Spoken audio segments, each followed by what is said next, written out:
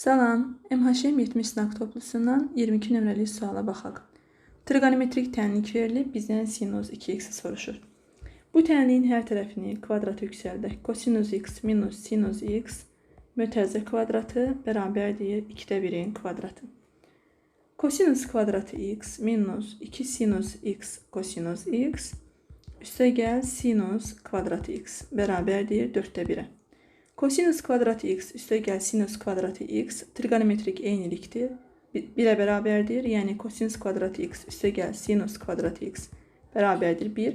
Bunların yerinə 1 yazırıq. 1 minus və sinus 2x-də bilirik ki, sinus 2x bərabərdir 2 kosinus x sinus x. Yəni 2 kosinus x sinus x-in yerinə də yazacağıq sinus 2x bərabərdir 4/1-ə. Buradan sinus 2x-i tapsaq, 1-dən 4/1 çıxırıq.